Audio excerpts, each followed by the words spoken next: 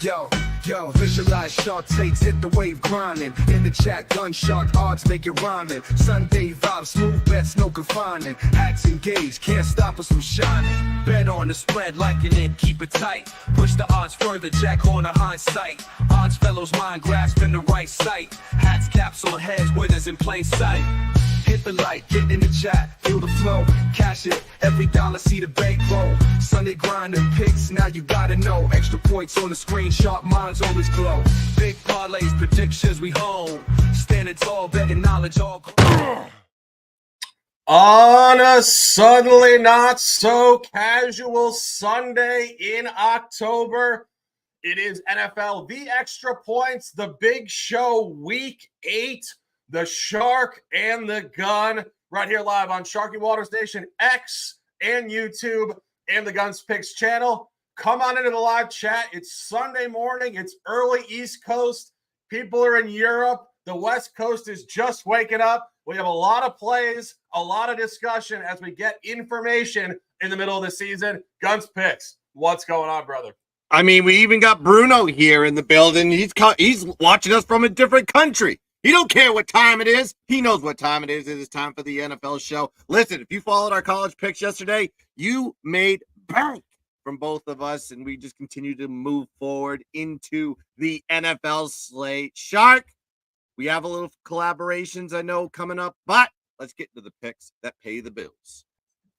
1 o'clock, Cincinnati, Ohio, Paycor Stadium, big time out of conference matchup. Philadelphia at Cincinnati. Opening up this week 8 broadcast from the Gun, an official Cincinnati -2.5. Yeah, you got a Cincinnati team that is starting to get a little bit heated. They played a little bit flat last week, but that was a divisional game. You got Cleveland 3-4. I'm sorry, Cincinnati 3-4 in the year, and then you have Philly coming off a nice divisional road win versus the Giants, absolutely demolishing them. By the way, they're 4-2 on the year. This is a pass-oriented team for Cincinnati. They're ranked 4th in completion rate. They're ranked 8th in passing yards per play, and they're ranked 8th in passing yards per game. And of course, Philly statistically, while a good pass defense statistically, however, who have they faced as far as good passing offenses? They gave up 20 for 29 for 233 passing yards to Atlanta. They gave up 334 passing yards to Tampa. These are the best passing teams they faced all year, and now they get another one here with Cincinnati. Cincinnati's also off a road back-to-back, and now they get a home game. I started to look at the situation. I go, I wonder how the Cincinnati team performs after a road back-to-back. Since Joe Burrow took over as the quarterback for Cincinnati, he is 8-1 straight up off road back-to-backs with a point differential of plus 8.1. And that is dating back to 2020. Every single time he's in a road back-to-back, 9 occurrences, 8-1 straight up with a plus 8-point differential.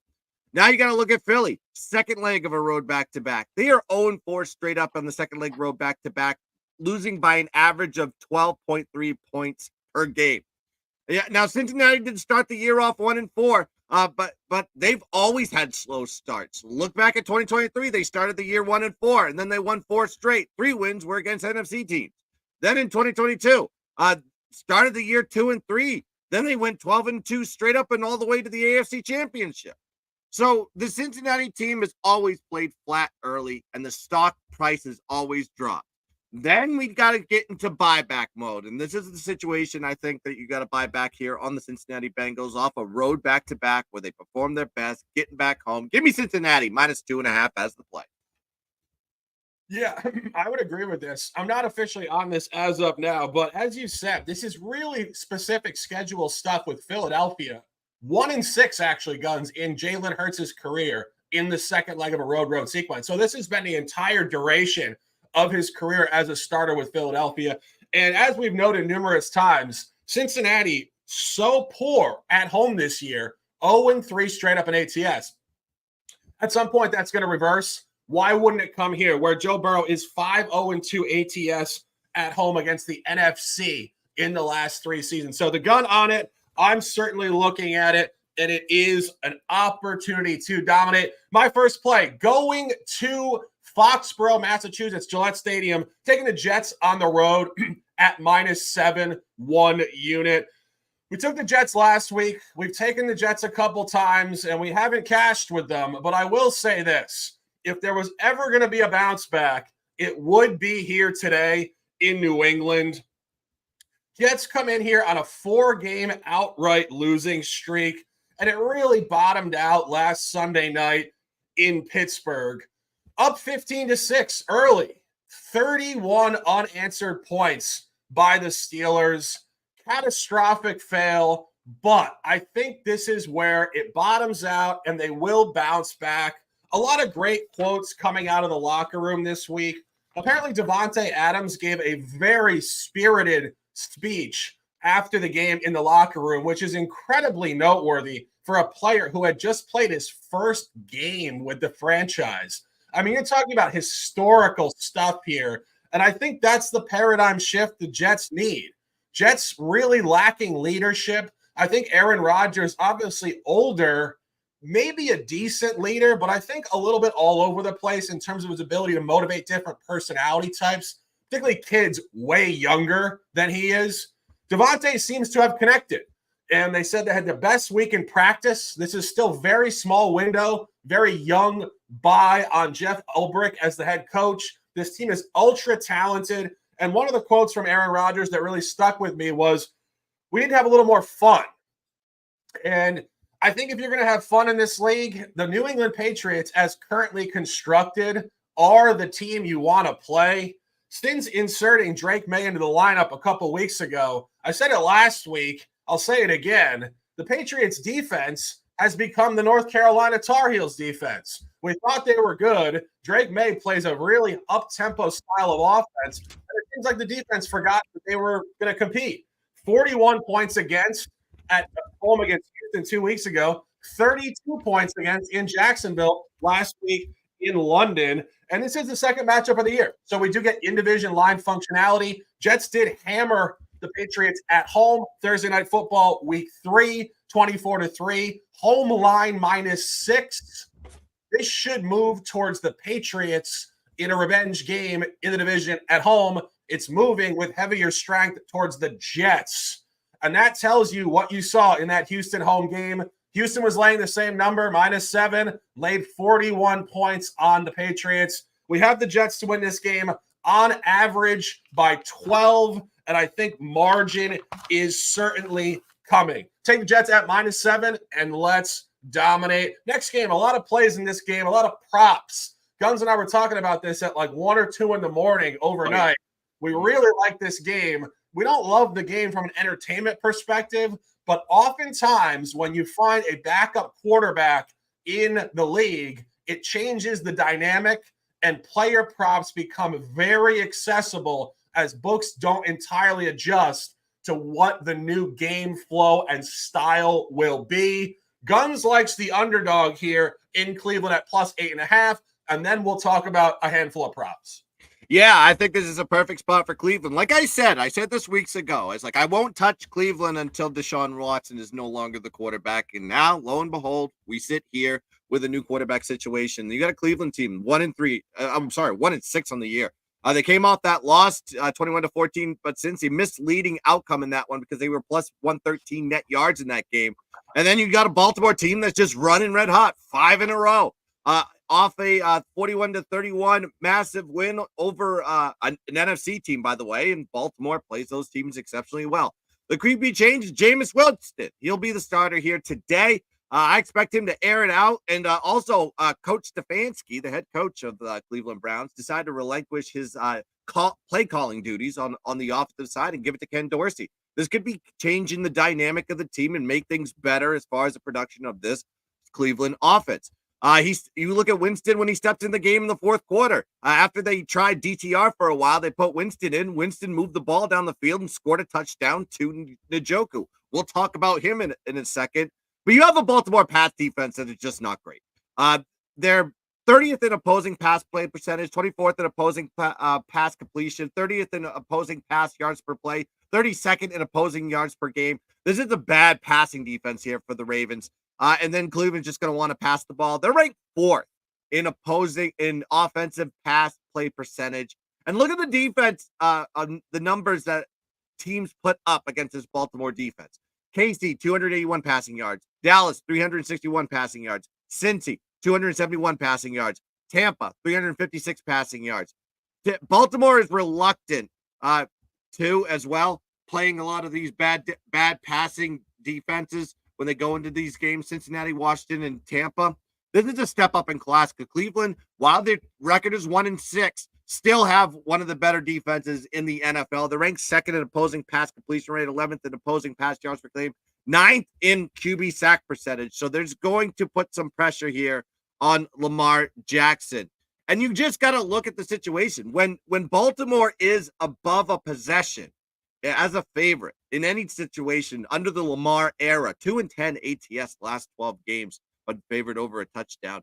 And out of the 7 games that Cleveland has played this year, they've only lost more than by a possession twice. And that was against 2 NFC East teams, the Washington Commanders and the Dallas Cowboys. So I think they're going to play very well in this game. This is a great move positively for the offense. And if the offense can stay on the field, that defense is just going to look 10 times better because they're going to be well rested to go back into the game. I got it at 8.5, and it is dropping like a sieve. I saw 7.5 before the start of the show. But if you can find 8s, 8.5s, and still find anything above possession, you're still good. Give me Cleveland plus 8.5 as the play. Yeah, I'm seeing 7.5 across the board. I see 1.8 at a minus 115 figure, it looks like, or 110. But jumping into the prop market in this game, Guns really introed it well there. But this is so centered on Jameis Winston. Jameis Winston is a complete opposite type of quarterback to Deshaun Watson at this point in his career. Interestingly enough, when I was looking at this last night, Jameis Winston is only 30 years old. It feels like he's been around for 2 decades, but he did come into the league very young from Florida State about 10 years ago. And you saw what happened last week. Deshaun gets hurt. Jameis comes in. His numbers weren't particularly good. 5 out of 11 for 67 yards, only 45.5% completion rate. But I think the key point there is 5 completions for 67 yards. This is what we said about other backup quarterbacks in this league, particularly Joe Flacco. They come in, they're gunslingers. They're trying to win games, but they're also trying to prove to the rest of the league that they're worth something. So he's going to be slinging the rock nonstop. And I think very specifically last week, he was targeting the tight end, David Njoku. And my official play on this game, and I know the Gun aligns with this, over 60 yards for Njoku. That's minus 105 on DraftKings. And Njoku's been hurt this year a little bit. He hasn't been featured particularly with Deshaun Watson as the quarterback. But if you really look at last week, this is what's going to happen today. 14 targets last week. 14. 10 for 14, 76 yards, and a touchdown. We're not on it officially, but if you guys want to sprinkle anytime touchdown, I think it's around plus 250. And 2 touchdowns, crazily enough, is plus 2,200. If you want to even sprinkle a quarter unit on that, the return is great. I think Njoku is going to be getting a ton of targets today. And final point on this, the Ravens are allowing the most receptions per game and the most yards overall to tight ends this year. And you saw this Ravens defense give up 31 points last week on Monday Night Football in Tampa. Of course, did cover the spread with 41 of their own. But the defense has been very inconsistent, particularly against quarterbacks who really want to throw consistently and downfield. Absolutely love this. David Njoku over 60 yards. Official. Guns picks. Jump off it. Yeah, I just wanted to call that. We got more South America guys in our chat now. I think we really have a niche audience out there south of the border. And we're not talking about Mexico. We're talking deep south of the border. But yeah, I agree with you on this one, Shark. Njoku is the play on this one. You look at his numbers. He's got 7 targets, 5 catches, 41 receiving yards per game. You're going against a Baltimore defense that's ranked 29th versus tight ends. They give up 7.6 targets per game, and I think they give up the most yards to tight ends, to 78.4 points per game. I'm sorry, yards per game. And then you got Winston. You said it. He was throwing it in Njoku consistently. Last game, he had 14 targets, 10 catches, 76 yards versus Cincinnati. And then you got to look at the receiving totals. 56.5, I think I found last night when we were talking about it. That's 25 and a half. What is that? I'm sorry. That's 15 and a half points higher than Njoku's season average. This is what we look for here, folks. When you compare the season averages on some of these guys, and then you see that they're egregiously higher than the averages, you have to be understanding that this is an overtake here. Cleveland's going to be passing the ball a lot. Like I said, they're number 4 in pass play percentage, and they got Jameis to boot. You know, Jameis loves to throw the ball a lot.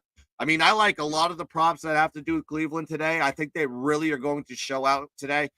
But Njoku will be a huge target, like Shark alluded to, and I agree. I think this is a perfect collab. I got 56 and a half. He's going well over his receiving yards today. Yeah. And, if you look at some adjusted numbers here, over 70 is plus 145.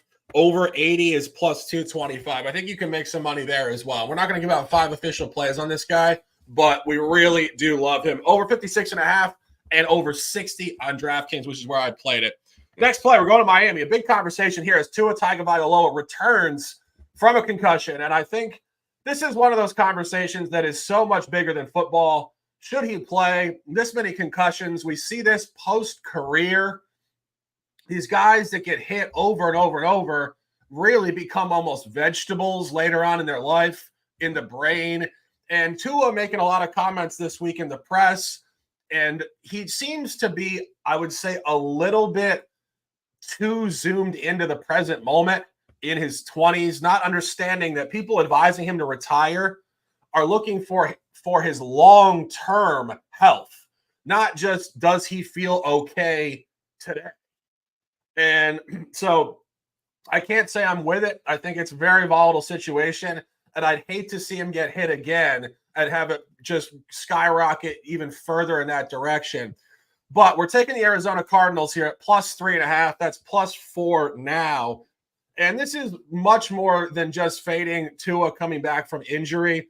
This is buying low on Arizona. Arizona is coming off of a Monday Night Football win against the Chargers. And Arizona has not won consecutive ball games in 3 years. At some point, that's going to reverse itself.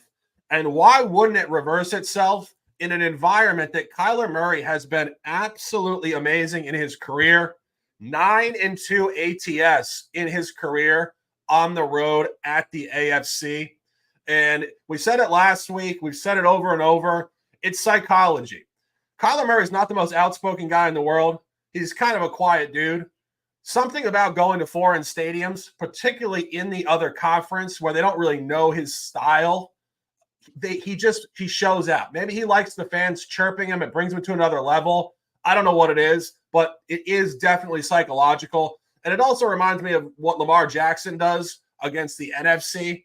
Running quarterback, mobile quarterback. The other league doesn't really know how to scheme against them.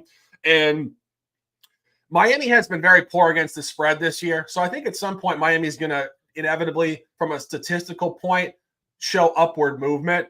But I don't really like how they function at home on this figure, minus 3.5, minus 4. Very specifically, week 1 against Jacksonville, 20-17 win on a minus 3.5. And that's kind of where I see this game. I think this will be a tight game. I don't think Arizona necessarily runs away with it on the money line, but I think we're going to see a field goal game at the final more often than not here. So taking Arizona at plus 3.5.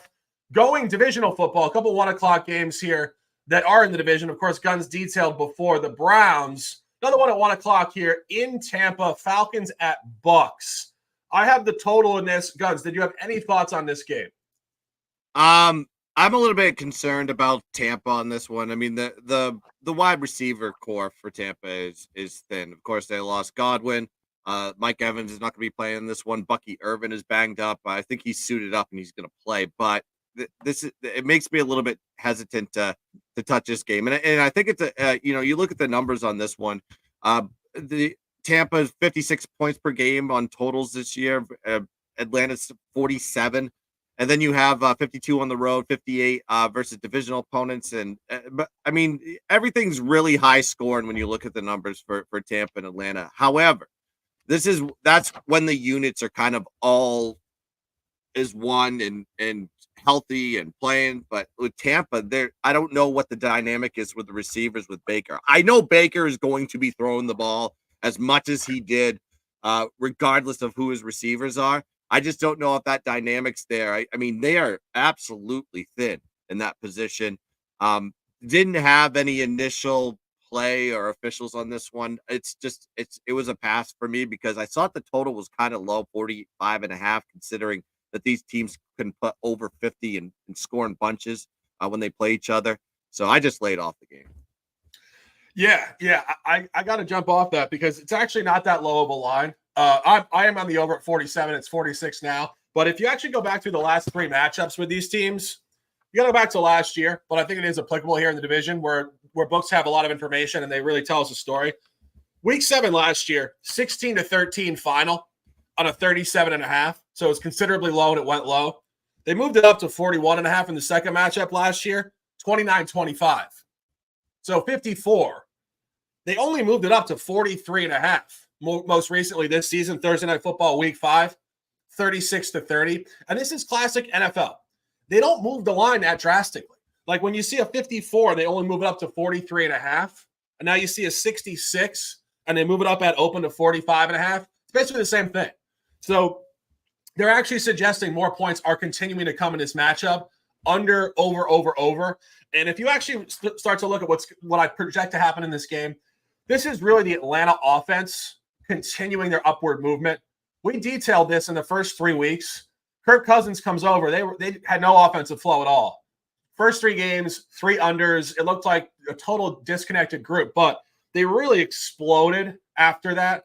3-1 versus the over last 4. And I think a very noteworthy polarization here. Atlanta is 0-4 versus the over outside of the division. They are 3-0 versus the over inside of the division. 26-24 against New Orleans. Again, speaking on these lines, that line was only 42.5. So books have them in the 40s at these lines, and they're just gradually moving it up.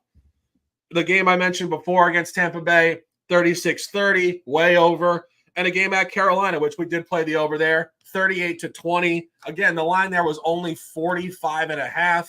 Same exact line here. 45.5 at Carolina got to 58. And you talk about Tampa Bay here, obviously missing Mike Evans and Godwin, which I think is why there's been a little bit of steam towards the under. But ultimately, if we're going to be honest about this, taking the under because 2 big-name receivers are out is very square-minded thought.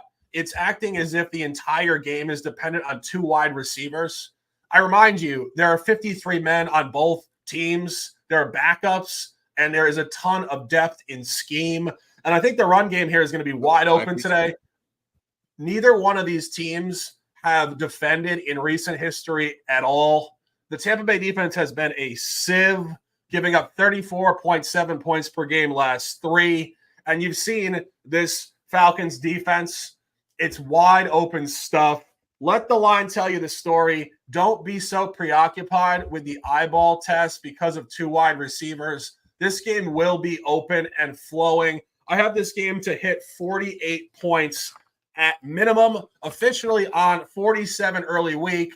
And for those of you guys tailing today, you can get this at 45.5 now. Let's dominate. A couple 1 o'clock games here.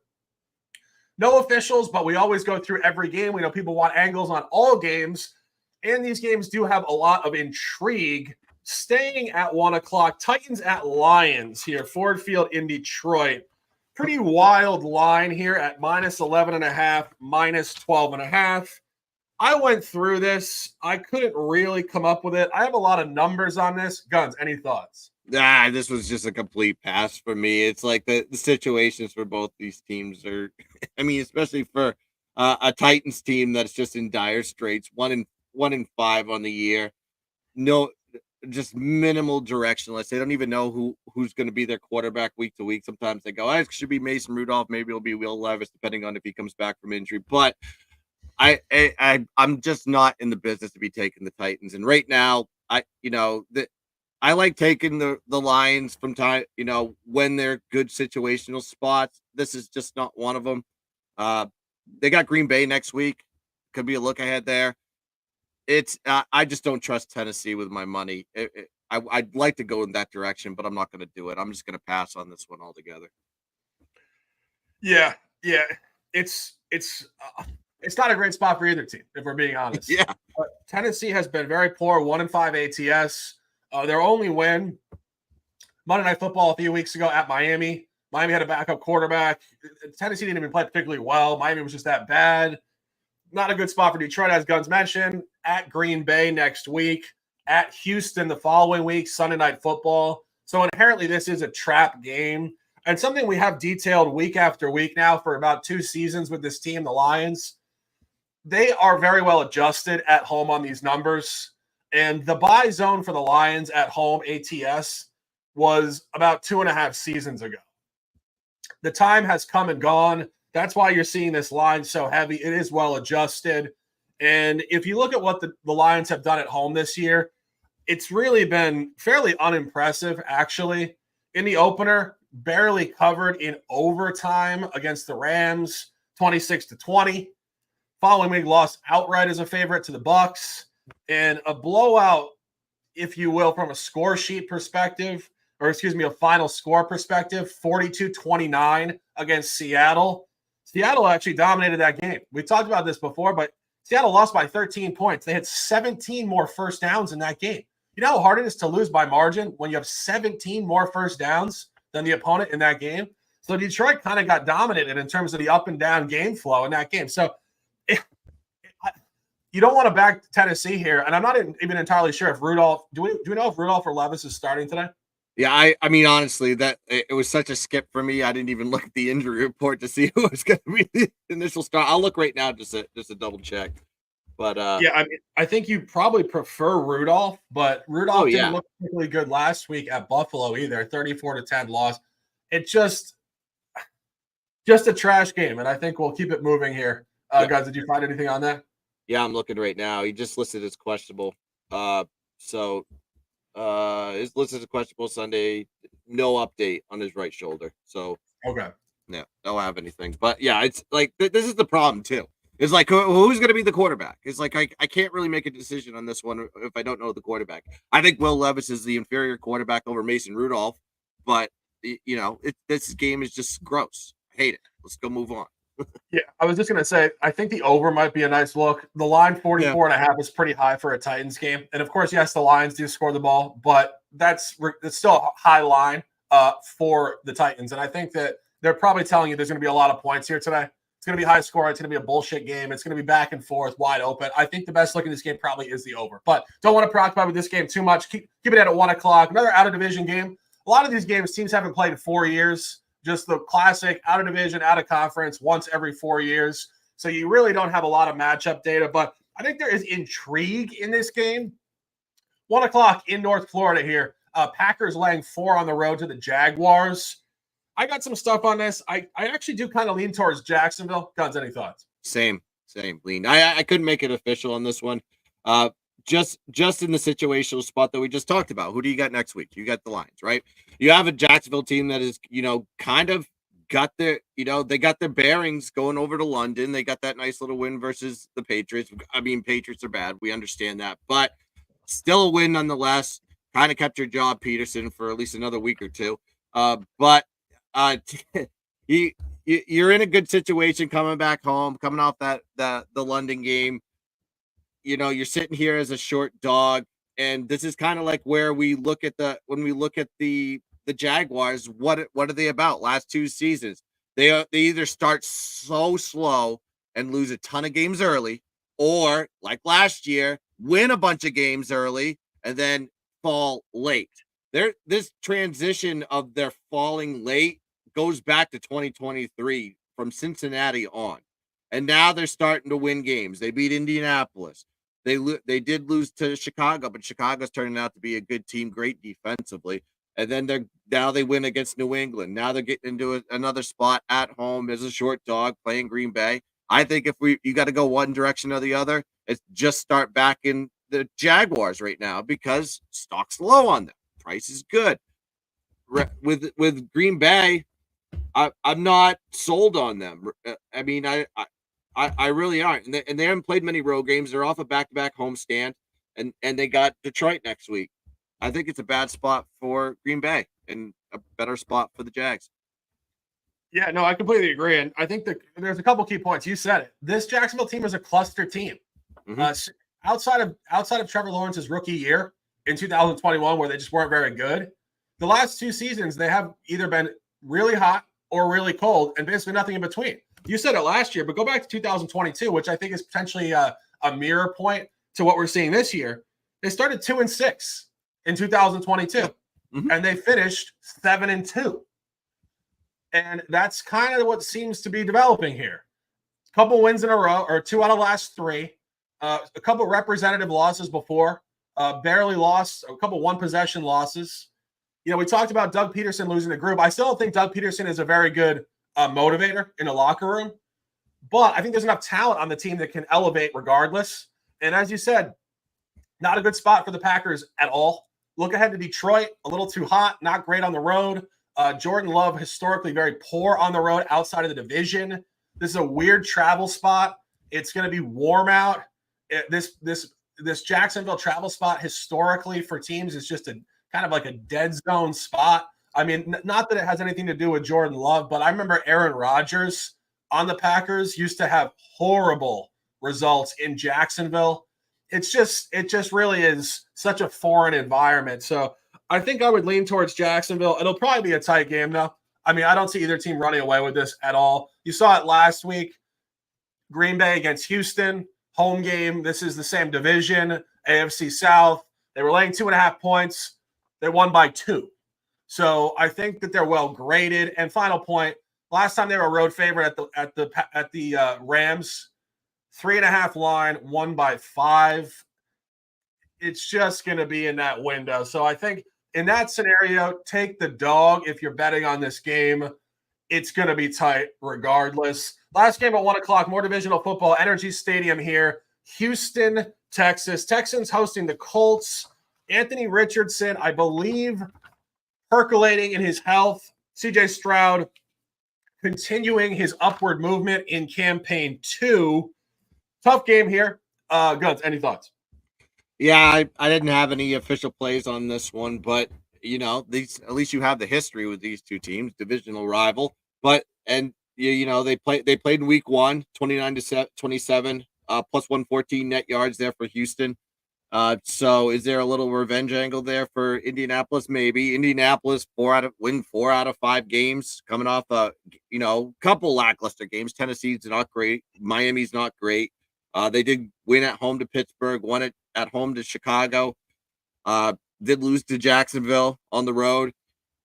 Now they're going to go back on the road. This is going to be their 3rd game in 4 weeks to play on the road. So, looking at their numbers, they have a -2 point differential on the road this season, -22 net yard average.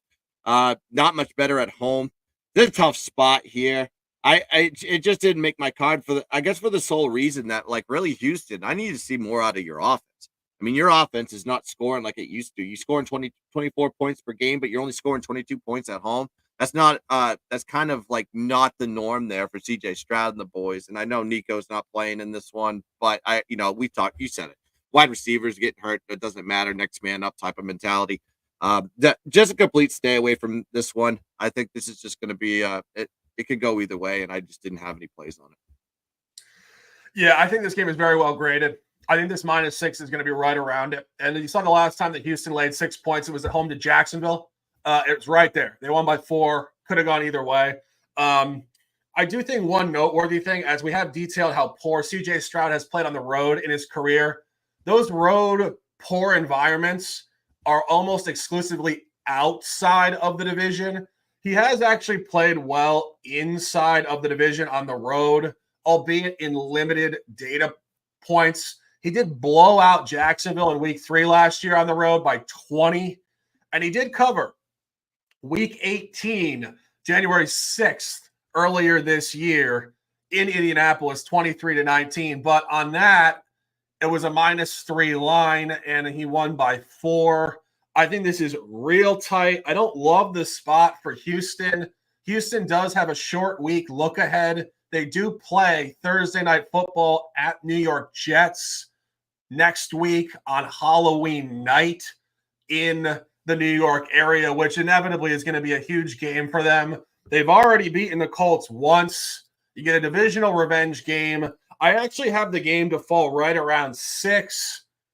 That all being said, I think the revenge stands for something, and I think the look ahead is pretty immense here. Slight lean Colts, but I really think you're coin flipping here. And I agree. Taking a breath, 35 and change in the books here. Going to 4 o'clock, a handful of officials coming in the 4 o'clock slate. In recent history, we have really liked the 4 o'clock games. And I think it's not so much the time or the West Coast. It's actually just purely an evaluation of some of these Western teams being very good. I'll throw it to the gun first. We're going to Las Vegas, Kansas City here at the Raiders. Kansas City 6-0, flirting with disaster. Every week it seems like they could lose. Teams getting injured in front of them, coin flips late, missed penalties. At some point, Kansas City is going to lose one. However, I don't think it's here. Vegas looks absolutely useless. We thought Antonio Pierce was a good coach. I think he's still a good leader, but I think schematically he might not be the sharpest guy. And obviously the team moving quarterbacks back and forth, trading Devontae Adams. It's all over the place. Guns, however, zoning in on Kareem Hunt, running back, KC, over yards. Yeah, I think this is going to be a low-scoring game too. I really think that when you look at Kansas City versus divisional opponents, 6-1 to the under in the last 7 division games, and then you have Kansas City where they're coming from. That big win versus the 49ers, prime, I guess the game of the week, but their points are kind of low, 20 points per game in 2023 versus divisional opponents. But I digress. We're here to talk about Kareem Hunt. Kareem Hunt, I think, is going to get the ball a lot in this game for that reason. The passing with Pat Mahomes and the receivers is just not working right now. It's not jiving. And look at Pat Mahomes' numbers this year. It's uncharacteristic when you've seen him in years past. So you're seeing Kareem Hunt get a lot of touches in the last 3 games, and he's going against the Raiders defense that is not good against the rush. They give up 4.8 yards per carry, which ranks them 26 in the league. They also give up 136.7 rush yards per game, which is ranked 23rd in the league. And then Kareem Hunt is getting a lot of touches. Like I said, last 3 games, 17 carries, 83 yards per game on the ground. And you got a Raiders team that has given up on average to the main running back 90.6 rushing yards per game to the running backs. This is a good spot here for Kareem Hunt, and you're getting a nice low total here of 66.5. I think there's going to be situations where, yes, Kansas City is going to have the lead. Yes, Kansas City is going to have to kind of burn some clock, and the way they're going to do that is give the ball to Kareem Hunt. I think this goes over his rush yard total here. Give me over 66.5 for Kareem Hunt. Yeah, no, I like it. I think it's a good look. And as I said, this game is just, from an ATS perspective, our guy Ziggy says he likes plus 10. I think it's going to be tough. I think Kansas City probably wins the game by right around 10, 11, or 12. Again, their offense has not been explosive, and they're creating margin is so dependent on your offensive weapons being explosive. They have injuries, running back, receivers. They're just not the type of team that's going to create margin offensively at this point in the season. And as we said, Vegas is just a tough read. Too many moving parts. Not somebody I would want to back today. Final point on this game. This is actually a revenge game for the Chiefs, which I think holds some weight. They did lose at home last year, Week 16, Monday Night Football. Key point, though, it was a Christmas Day game. Yeah, it was. And the Chiefs just came out, and it makes complete sense psychologically. It's Christmas Day. How do you motivate to play football? I mean, just a terrible schedule spot. And I believe the Chiefs tanked the Christmas Day game the previous season, too. It's just not where they show up. So I think the revenge is actually pretty massive here. And I think an interesting thing that I was reading before, apparently the Raiders kind of trolled Mahomes in the offseason, calling him Kermit the Frog with some sort of I don't know, like a puppet or something. And he made a comment. He said, "I'll deal with it when I deal with it," or something. That's not the type of stuff you want to give Mahomes some extra motivation to beat you down. So I could see him turning up here. But again, the lack of weapons and the lack of explosiveness seems to be a very consistent point. So I think both are very tight here. Like we said with a couple of the previous games, I think KC wins this game by some margin, but I think it's right around 10, 11, or 12. I think the total is probably right in that window as well. So Guns on over yards, 66.5 for Kareem Hunt. Next play, going to Los Angeles, and the buy hat is engaged, taking the Chargers at -7. I think you find a great spot here for the Chargers. This is a team we have backed week after week. We love Jim Harbaugh. We like what he's doing with the defense. The team is a completely different version of what you saw under Brandon Staley. And you're still actually finding a nice buy low on this team, interestingly enough. From a statistical perspective, 1-3 straight up last 4. There's nothing better in sports betting than finding a well-coached, good team who's coming off of a lackluster stretch. And this line is telling you a heavy story here, seeing them favored by a touchdown. And we've talked about this week after week.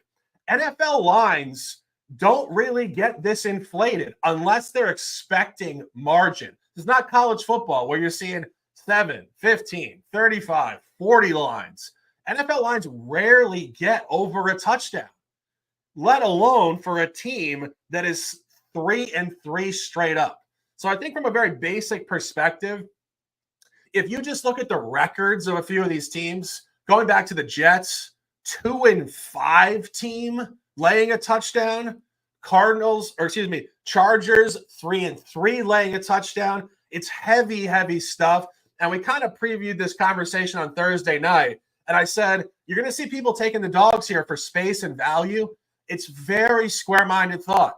These lines are telling you there's a lot of margin on the board today. And if you really go through those Chargers losses, they weren't even bad losses. Justin Herbert had a high ankle sprain. He seems to be improving. He had to leave the game in Pittsburgh in a tie game in the third quarter, ended up losing that. Covered a home game against Kansas City, tied in the fourth quarter, blew out Denver 23-16. Really didn't tell the story of that game. It was 23-0 in the third and fourth quarter before a little late flurry from Denver. And last week, I think a really nice bounce back here. Monday Night Football took a loss at Arizona, 17-15. But if you really look at that game, they outgained Arizona considerably, 395-326. There was a first quarter fumble by the Chargers at the goal line out of the end zone. So if they don't fumble on the goal line, they probably do win the game. Ended up kicking a bunch of field goals in this game. And there was also a brutal, unnecessary roughness call on the final possession for Arizona, which prolonged their drive and allowed them to kick the game-winning field goal. So the Chargers probably should have won that game. It's a great bounce back. And the Chargers are 2-0 ATS this year off a previous non-cover. So when they don't play great, they do bounce back with emphasis. And they are 3-0 ATS as a favorite. Covered against Vegas at home -3, Carolina road -4.5, and Denver road -3. As I mentioned, heaviest line of the year for good reason. I believe Spencer Rattler is starting today for the Saints. You've seen this guy in limited duty as a professional. Of course, bounced around the college ranks as well. 2 games. 51-27 loss to Tampa Bay. Blowout. 33-10 loss to Denver. Blowout. This kid is not a great quarterback. The Saints are hurt.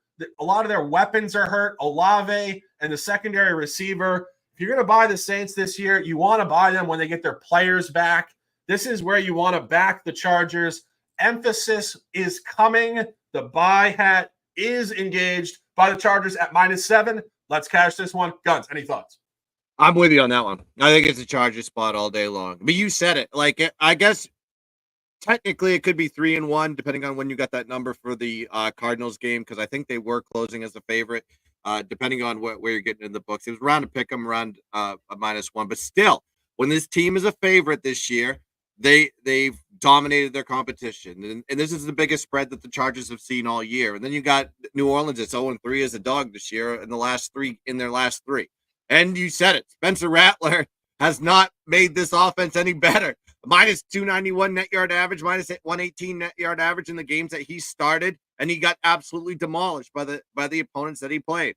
And then what the Chargers can do to you, it is predicated on the fact that the New Orleans defense is just bad at it. They're 31st in opposing rush yards per play, 30th in opposing yards per game, 23rd in opposing pass yards per play. And then they give up a lot in the pass. They're ranked 28th in passing yards per play. And you're starting to see that Justin Herbert's starting to pass the ball a little bit more. If you look at the last two games, his attempts went up drastically. He put 336 passing yards on 39 attempts against Arizona, 34 attempts versus Denver.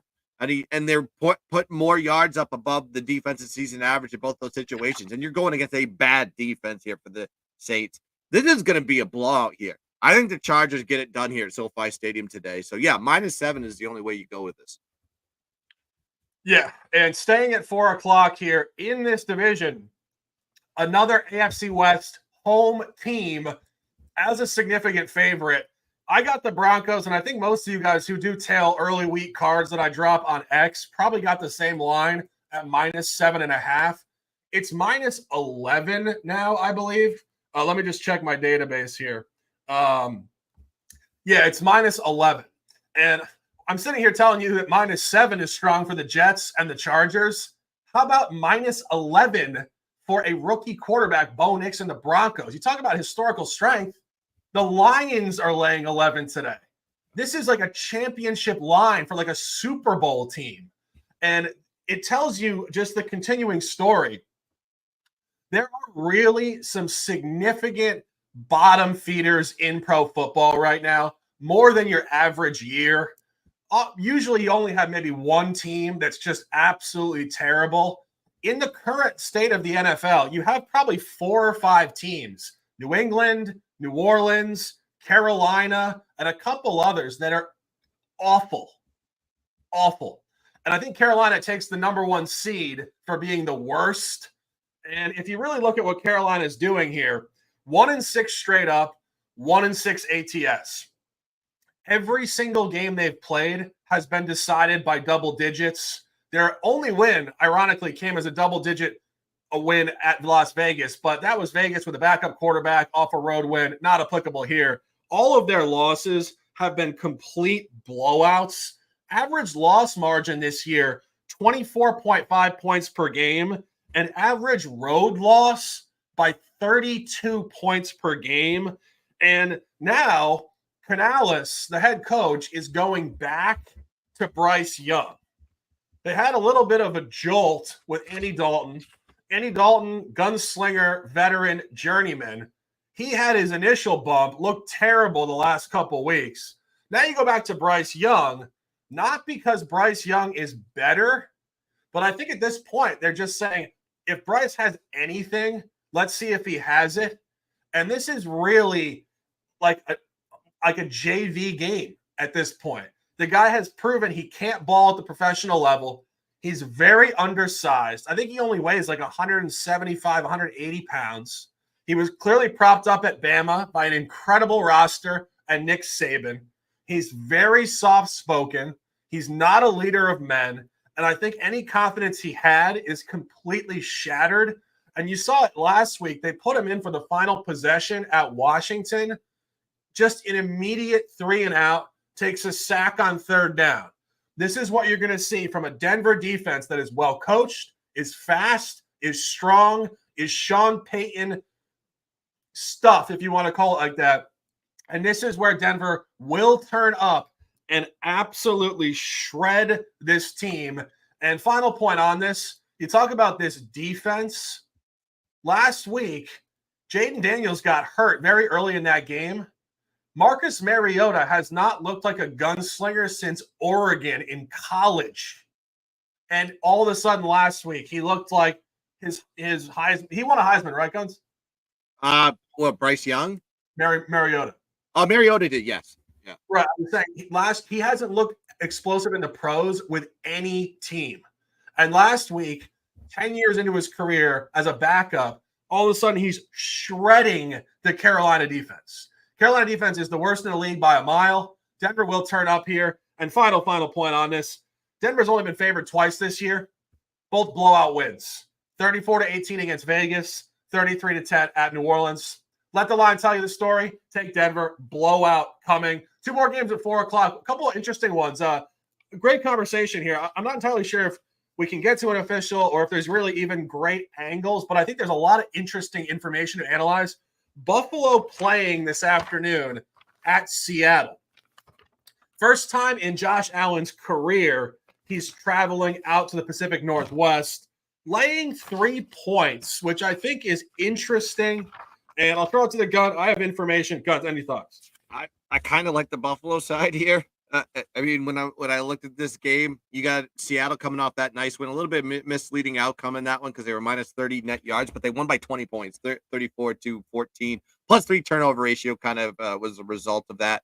They're 4-3 on the year, and then you have a Buffalo off back-to-back wins, starting to heat up. They're 5-2 on the year. Seattle 2-2 at home this season, but their wins were against Denver and Bo Nix in his first start of his career, and then you have Miami, who didn't have Tua in that game. That team was not in a good position going on the road.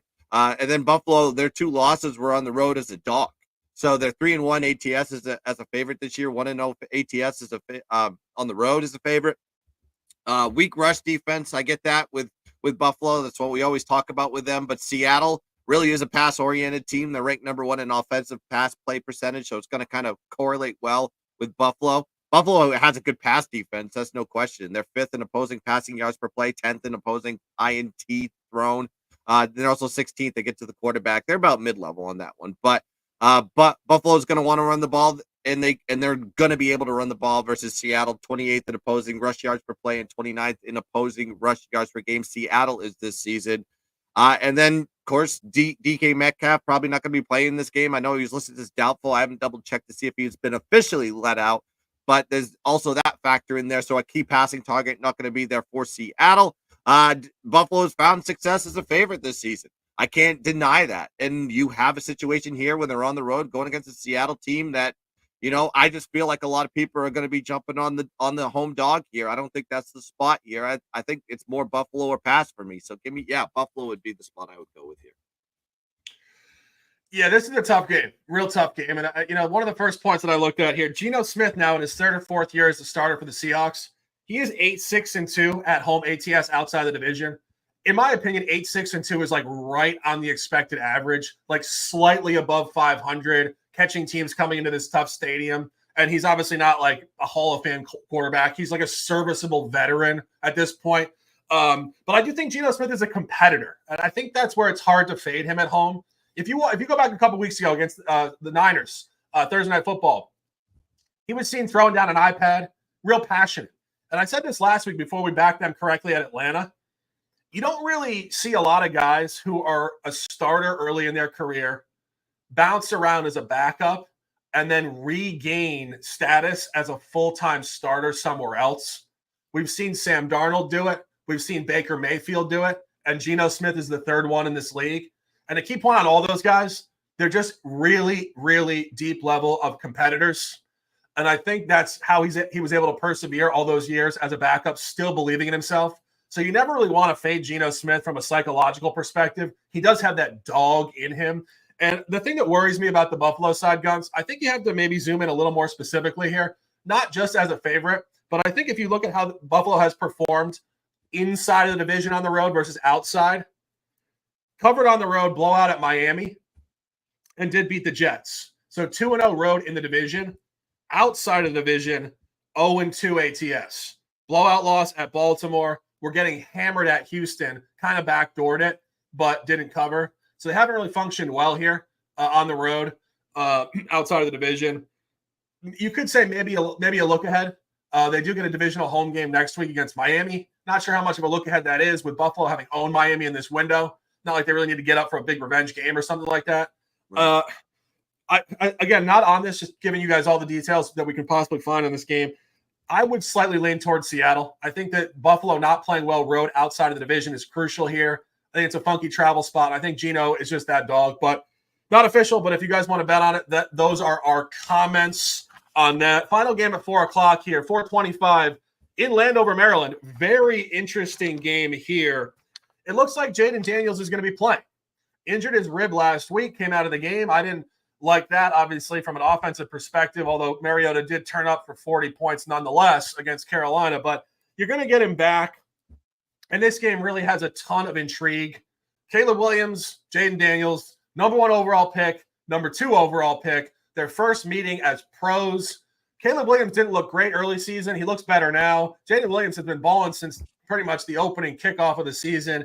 I think it's going to be an elite matchup. I think it's a very intriguing matchup, and I think the league, from a marketing perspective, certainly hopes these guys are potentially the face of the league going forward in the next decade plus. This was hovering Chicago as a favorite all week, and I think that was very specific to the fact that we thought we were getting Mariota, not Daniels. It did flip. Washington now a slight favorite at home. Guns, any thoughts here? Yeah, I saw the steam on that one. Yeah, because I think it was like a -1 for the Bears last night, and now it's moved to. It looks like I'm seeing +1s hit the board now. I'll say this about the Bears. This will be the best defense that the Commanders have seen as far as pass defense is concerned, and opposing scoring defense. They're ranked top 5 in yards per game, in opposing red zone scoring, and opponent points per game as well. They're top 10 in the rush and pass defenses for the Bears. Jaden Daniels, how long is he going to get in there? What if he gets hit like once in that rib? Is he going to be out for the game and they're going to have to put Mariota in? I don't think Mariota is going to, if he does have it, hypothetically speaking, if Daniels somehow gets hurt during the game and they go with Mariota, I can't envision Mariota doing what he did last week, because we know that Carolina is a bad defense. This is a different animal here with Chicago. And everybody wanted to see this matchup, right? You wanted to see Caleb Williams versus Jaden Daniels, and you're going to see it here today. This one is like, I was waiting on the response for whether Jaden Daniels was going to play or not. I still think this is going to be a very good game. But, you got Chicago 5-1 ATS this season, 3-0 ATS is a favorite, but they're not a favorite anymore. Now they're a dog, so line kind of flips on that one. Tough game. It could be a back and forth, last possession wins type of mentality, but we'll see if that Chicago defense can stop Jaden Daniels. This one was a tough one for me. Yeah, I agree, and I think it's been tough because of the quarterback situation for Washington. We really had no idea what was going on. He is going to play, but the injury, I would assume he's going to be reasonably his reasonable self if he's going to play. They wouldn't put him on the field injured. So, but I do think on that, Chicago now an underdog. If we're going to acknowledge this is now like a reopen, because the opening line in these databases says Chicago open as a favorite. That's not right, because it wasn't versus Daniels. Like, the new open is -1 Washington. And now if we're going to call Chicago an opening underdog on the road here, they are actually 1-1 ATS on the road as a dog. Did push at Houston and did lose another game pretty emphatically. I think this is probably a Washington lean, although I think it's very close. I think the best look in this game is the over. These teams did play last year. Totally different scheme. It was still Ron Rivera. It was Sam Howell versus Justin Fields. 40-20, 60 points. But you talk about year-to-year line functionality. It does apply when they play back-to-back years. It's not totally anecdotal at that point. 44.5 line there. This reopen is 46. This should be around 48 or more points. I think the over is probably the best look. And again, you've seen Jaden Daniels and these guys just run up and down the field on everybody.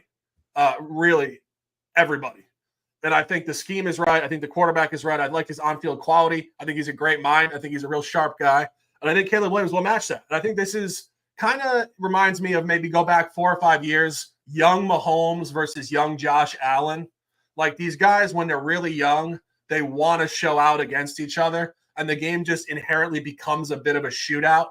Like, it's very centered on these guys wanting to perform against each other, and it's offensive football. So I think the over is probably the best look, but this will be a great showcase game regardless. 8:20 p.m. here, NBC, Levi Stadium, Santa Clara, California. The Gun and I don't disagree on plays very often. We do on this one, and usually that means there's a lot of conversation to be had. Cowboys at Niners. Niners sitting here off a loss, of a sequence of poor efforts, a lot of moving parts. Guns likes the Cowboys. Guns, talk to me. Yeah, we talked about the splits with Dallas, and I think it kind of correlates here. We'll see what happens here on Sunday night. in Santa Clara. But when we look at Dallas, home to road splits, right? At home this season, they're 0-3 straight up with a minus 22 point differential, minus 121 net yard average at home. However, road 3-0 straight up, plus 8 point differential, plus 81 net yard average. In the perception of the 49ers, as they are a playoff contender and a team that you need to vie for in the Super Bowl. I question that with the wins that they've had. New York Jets 2-5 on the year. This team is hurt not only in the coaching situation but just organizational direction. Then you beat the New England Patriots. Who cares? New England Patriots and the Carolina Panthers are fighting for whoever the worst team in the NFL is.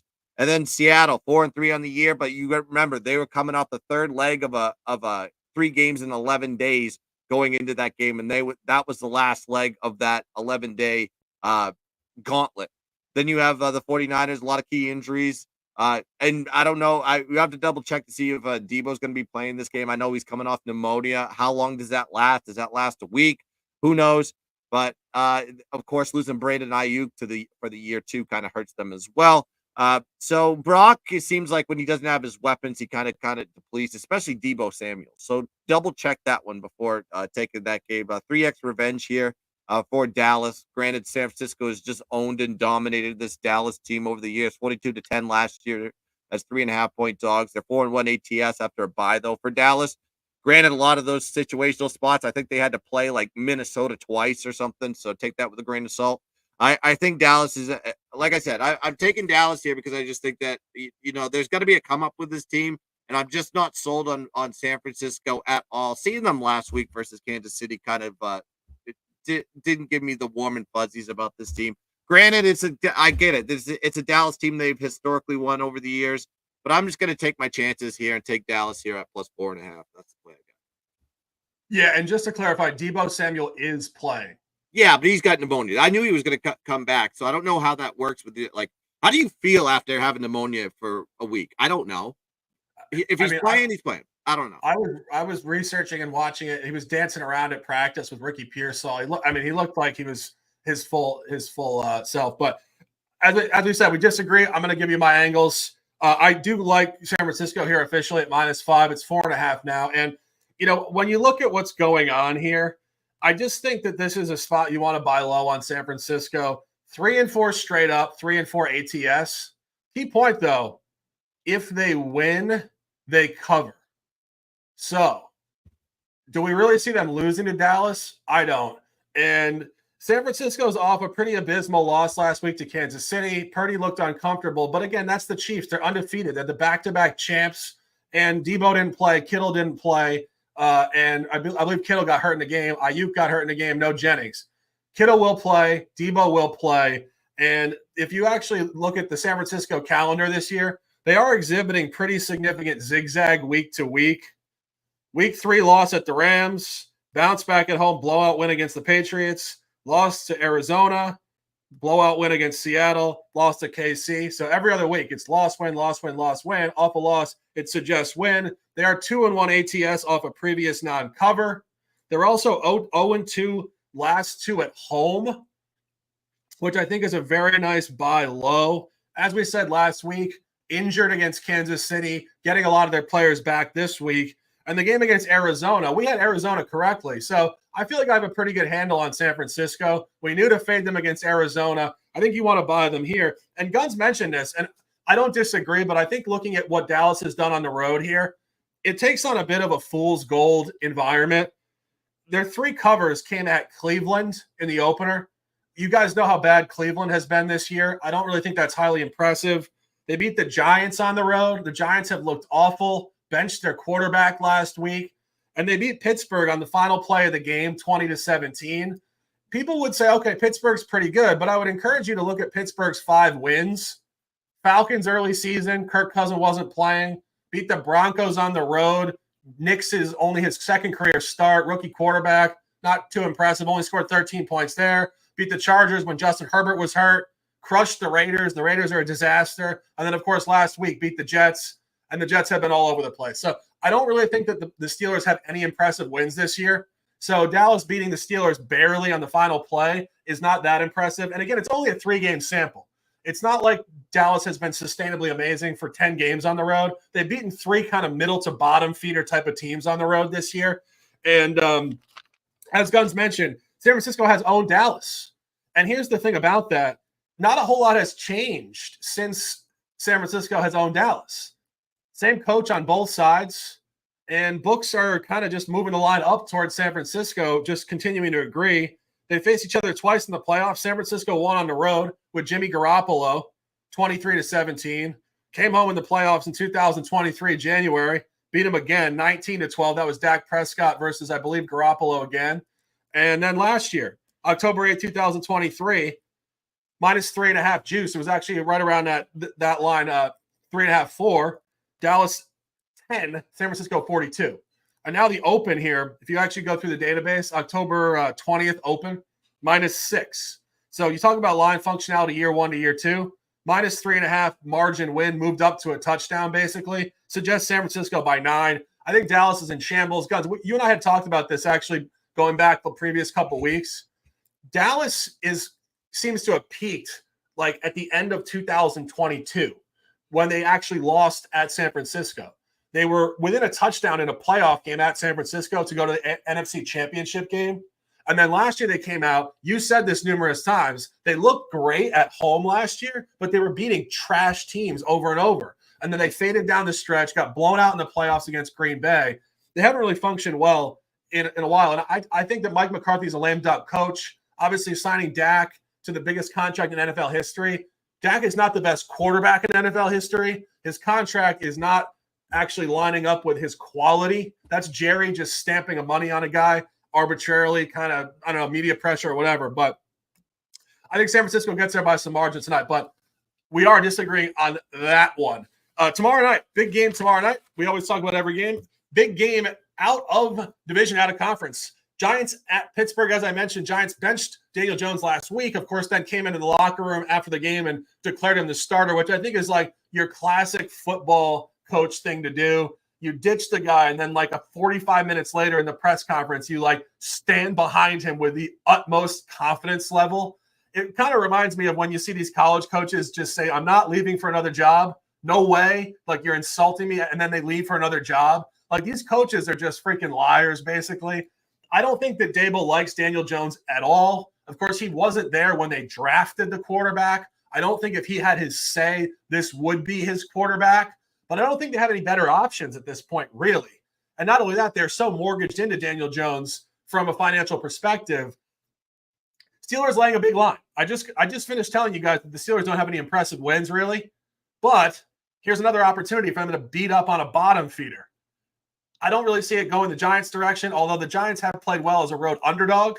That's a significant counterpoint. Did win outright at this number in this division at the Browns +7 and did beat the Seahawks at +7 road. So you could say the Giants do function well as a road out-of-division dog like this, but Pittsburgh functions well here. Heavy line Pittsburgh, a lot of moving parts. Guns, any thoughts? I haven't got to anything on this one yet. This is something I was going to look at later, probably tomorrow morning or something like that. But I was a little bit concerned with the offensive line for the Giants. I was just looking at the injury report. Looks like all those guys are going to be back. So that was a concern that can be alleviated there. They didn't play well last week. I mean, they played awful. And it was more predicated on the fact that basically two of their main offensive linemen were out, and then Pittsburgh just bull rushed them and sacked Daniel Jones 8 times. They only had 43 passing yards in that game and 76 rushing yards. Just bad numbers, 119 total yards of offense. Yeah, they got smoked. What's the rebound from here? Like you said, they do play very well in this division ATS wise, which makes me want to look to see if there's an angle with the Giants. Like I said, I haven't found any angle in this game yet. But you know, Pittsburgh could come out there and just stomp a mud hole into a bottom feeding team too, for all I know. So maybe there's some props in there I can figure out, but really I got nothing on the side of the total of this game yet. Yeah, it definitely has counterpoints to either side. And I think, again, if you look at those road wins, which I mentioned, it was very similar from a line standpoint. They were getting 6.5 at the Browns and 7 at the Seahawks, basically the same line. But I think if you look at the Browns have obviously been horrendous. So we can't correlate what the Giants are capable of doing at Cleveland with Pittsburgh. Not the same conversation. And at Seattle, you had talked about this, as had I. That was a really tough calendar spot for Seattle. They were in a 3-game stretch in 11 days. They had a look ahead to a short week game against San Francisco on Thursday Night Football the coming week, and they just played a previous divisional game. So, again, you could say, well, that was a bad spot for Seattle. Were the Giants really that good, or was Seattle just in an awful spot? So I think even though they performed well in this spot, it's much more on the opponent being poor or in a bad spot. And as we said, Steelers have showed up well against out-of-division opponents. They've beaten all bad teams this year for the most part, or at least teams that were injured or not figuring it out at this point in time, like the Jets or the Chargers. But I don't know. I think it could go either way, but I would be careful buying into that Giants trend on the road, because I think those opponents are not what you're going to see from Pittsburgh. And I think the last moving part in this game is really Russell Wilson. Like, is he the guy? And if you look last week after the primetime win against the Jets, of course, the mainstream media immediately anointing him as like, he's back. Like, and I always wondered myself, like, are these guys even serious, or are they just trying to like get some clout with the athletes? Like, Glenn, do you ever think about that? Like, are they really serious, or do they just have so much at risk with these athletes where like they gain so much from like giving them compliments? He threw for 55 pass completion rate. That it's not like he couldn't even throw a screen pass. He threw it at the guy's feet. I'm telling you, I'm not a Russell Wilson guy. I haven't been ever a Russell Wilson guy. I thought his numbers were always inflated. I thought everything looked egregious, and sometimes, especially when he's playing at Seattle, he would just backdoor cover all the time, which drove me berserk because his numbers didn't correlate to what a winning team should be. And now we're seeing the real Russell Wilson. And just because he had a 37-15 win versus a Jets team that is disorganized, doesn't really have direction, fired their coach, they've just put in a replacement until they get a new guy in there. I don't think there's a lot of motivation on that Jets team. Who cares? You beat them by 37. Congratulations. And you beat the Las Vegas Raiders. You may come out and play a great game versus the Giants, and then ESPN will put the crown back on Russ. And then you're going to have to play Washington the week after that. And then you're going to get humbled on the road. So we'll see. Yeah, I don't get it. I don't understand it. It doesn't make sense numerically, but you know, that's the narrative they want to play, and they want the clicks, they want the views, and Russ brings the clicks and the views apparently still. Yeah, no, it really does mislead the minds of a lot of people who listen to what they say as like a gospel truth. Like, yeah. It really is mind-blowing. I'm sure you guys in the chat, all the people who listen to us know, like, people that listen to the mainstream takes are very often misled. They are very often misled. There's a lot of secondary ulterior motives from the media. As I said, trying to gain clout with the players. You know, they get better interviews, like their channels get bigger because they get the exposure. And it's like you can say that a guy's not playing well and not like be a shade factor. Like, it's just pure, right, merit evaluation. Like, that's what we always say. We actually don't dislike Russell Wilson as a person or any of these players. We're just giving an actual evaluation objectively. Like, anybody that said that Russell Wilson's back and he looks great is just lying to you. So then you say to yourself, are you not like capable? Are you stupid, or are you smart, but you have an agenda? Like, are you actually trying to create a narrative to gain clout with the athlete? Like, it's got to be the second one, because I don't think they're stupid. So it is what it is. But I think if you really look at that game last week here very briefly, like, the Jets had that game almost in hand, it felt like 15-6, total control. That when Rodgers threw that pick before the half, I mean, you got to give a lot of credit to that defensive back. He made a great play. It was like a one-handed interception. Totally flipped the game, and then the Jets' fragile mental makeup showed, and it just got blown out. But I don't think you can anoint Russell at all. I think the game is actually incredibly difficult. I think the gun will go to his lab and come out with the prop gun tomorrow night. Oh, yeah. I think there's probably props that are more available from under. Let me do under Russell Wilson everything. Can I do? And he throws a pick. No, I'm just kidding. I don't know what I'm going to be doing on that one. But you got to say, if you tell me that Russell Wilson's better option than Justin Fields, I would laugh in your face, because you're entirely wrong. I just look at the numbers, just open up a box score and look. It's like, I mean, Justin Fields did nothing wrong to lose the job, and Russell Wilson is just I want to believe that it didn't come from the coach and it came from people above in the office that we have to play him. but I don't get the move. It doesn't make sense to me. You were doing just fine with Justin Fields in there. Just if it ain't broke, don't fix it. But apparently, they know better than us.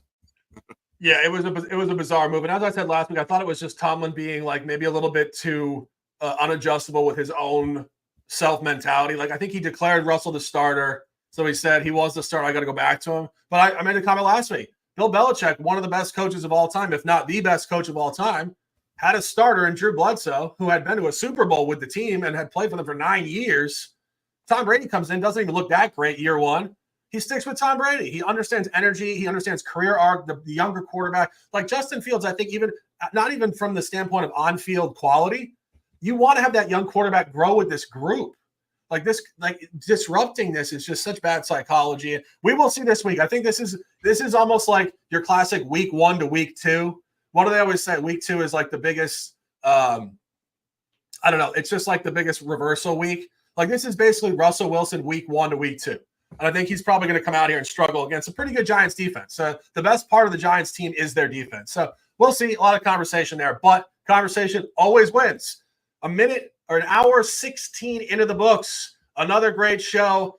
NFL, the extra points, the big show, week 8, the shark and the gun. A lot of official plays. My plays, New York Jets -7, Arizona +3.5. Atlanta, Tampa Bay over 47. That is 45.5 now. Chargers -7. Denver -7.5, -11 now. We see a blowout coming there.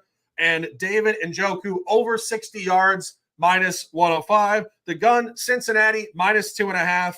Cleveland +8.5. Alignment play on the Njoku over. He has 56.5. Jameis Winston over 235 pass yards. 4 p.m. slate, Kareem Hunt over 66.5 rush yards. And a disagreement play. He has Dallas +4.5. I have San Francisco -5. Ton of top plays, conversation, analysis, and the hype we love to bring you guys on a Sunday morning. We hope you guys have a great day. Enjoy your coffee, your drinks, your fitness, whatever you're doing. Sending you guys amazing vibes through the screen. Guns Picks, a pleasure as always. Close them out with some words, and let's dominate.